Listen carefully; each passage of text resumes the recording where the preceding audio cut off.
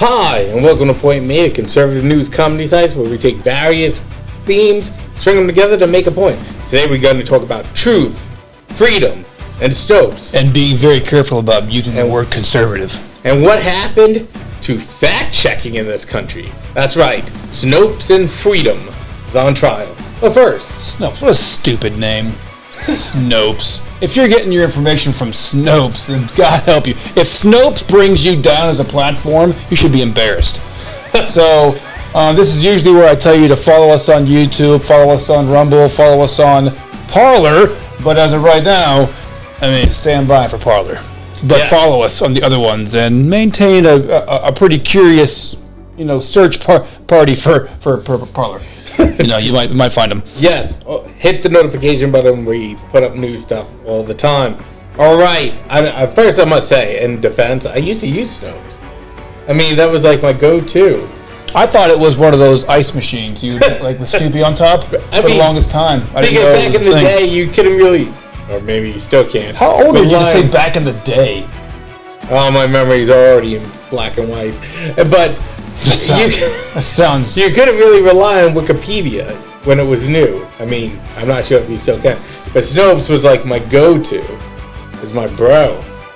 Well, if it said it was true, it was true. We're off topic. Snopes. Ridiculous name. So, anyway, what this has to do with, obviously, is a few months ago, prior to this, which is in January of 2021, Kamala Harris was accused of plagiarizing a story from a 1965 Dr. Martin Luther King Playboy interview.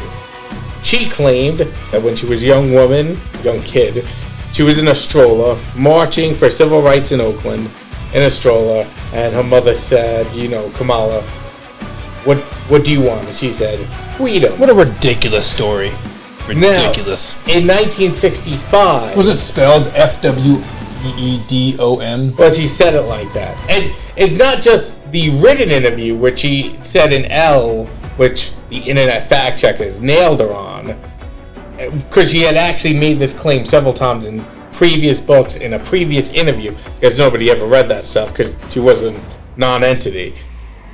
But we got to hear it because she reiterated the story on Jimmy Fallon. Jimmy Fallon looked at her like, yeah, I totally believe that. Like, wow. Yeah, but does Jimmy Fallon look like a freaking sharp tool? to be fair to everybody involved, Jimmy Fallon. Oh yeah.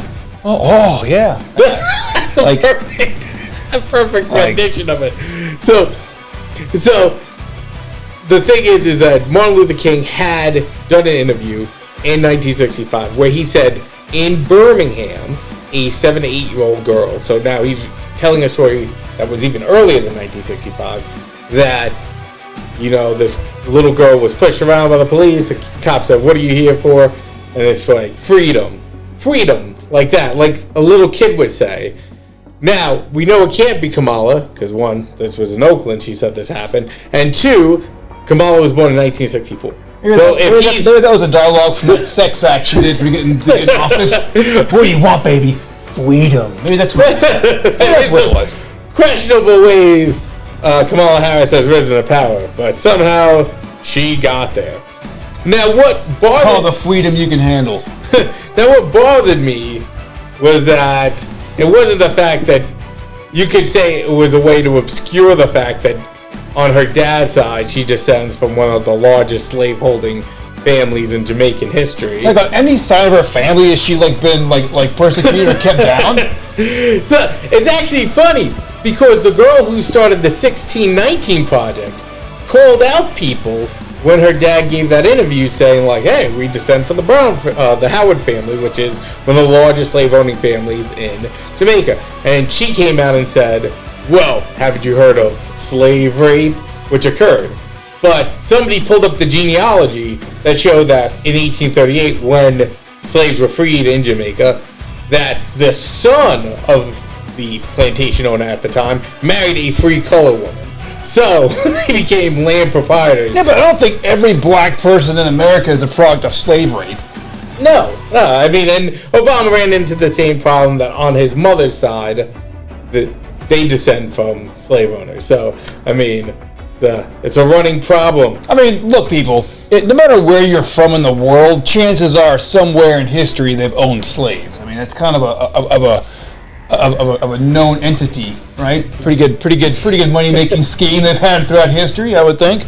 Except me, because I was born yesterday. But here's the thing: you would not have had a slave yesterday. I agree with that statement. What upset me was Snopes in their fact checking. We're talking about relentless fact checking. People were listing up lies, everything like this was Trump's 1,212th lie. Look, if we're not fact checking Corn Pop's gay romp in front of Joe Biden, they said that story was true. So but here's my question: how do you fact check an individual story? So here's what they gave it. They gave it a mixture rating, right? Which basically said, seeing that she reiterated a story that her mother told her, and her mother's now deceased. How are we supposed to check? We try to call her, but she's not picking up the phone. Look, if I'm Snopes, I'm going to fact check false some things. Like you're telling me, how old's Joe Biden now? 1 billion. So, I don't know how old his dad would have been when his dad was saying, look, Joey, they're in love. But I don't think the gay population was widely accepted back in that generation. He'd be the only exhibit in a Jurassic Park if we opened it.